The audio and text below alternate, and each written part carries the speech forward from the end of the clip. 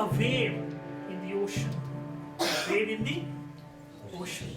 Now this force of the wind brought this wave very high. It got very high up and the ocean was below. Situation was such that this wave was carried high up there.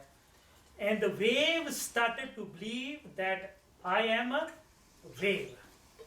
And I'm different from the ocean. Because situations were such. The buddhi, the air, brought it up. And it started to think itself as the individual. I am individual. That wave is individual. And then with time, the teachings came and it dropped itself back. When it was a wave, it was a single wave. You understand? It has its own personality. But when it went back into the ocean, it was all. Even the other waves was the same ocean. Even the other waves were the same ocean. When it was there were differences. But the moment it dissolved back, it became the ocean. The Sufis, they have a beautiful way to explain this. They say, "Main na tha, wo aap the, malum na tha." I never was. The wave, after realization, came to a conclusion, I never was. The fact is, there never was a wave. It was just the ocean playing a game. The wave came to a conclusion, I never was. It was the ocean all the while. It was Maya, it was illusion where I started to think that I'm different from the ocean. In that realization, you and me are one. How is that realized? When the mind is dissolved. And how to dissolve the mind? When you know the mind. So where does the mind start? Here, right now. This very thought pattern that is running in your head, if that changes, whole life changes.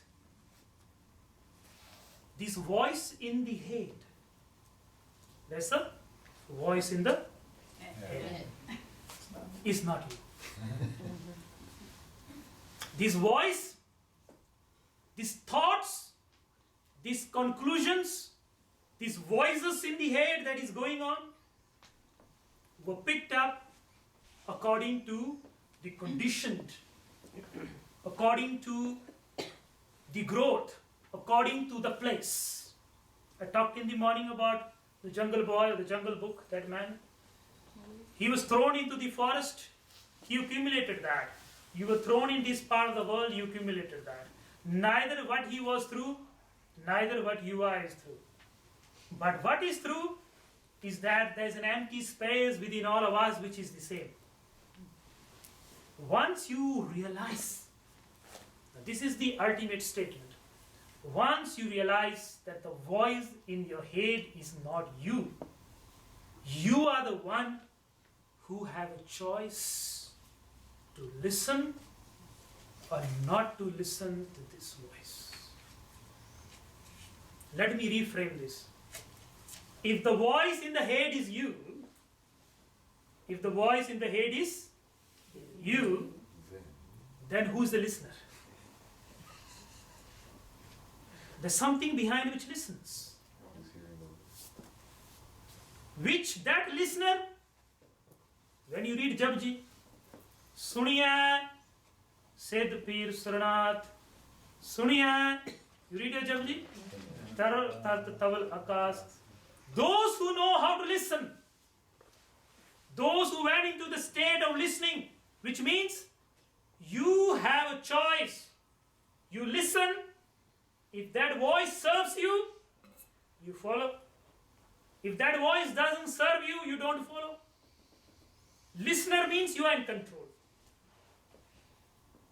That's what Guru Nanak talks about that. You have to first listen to this voice, and if this voice is serving you, then you take the act. You are not the voice in the head.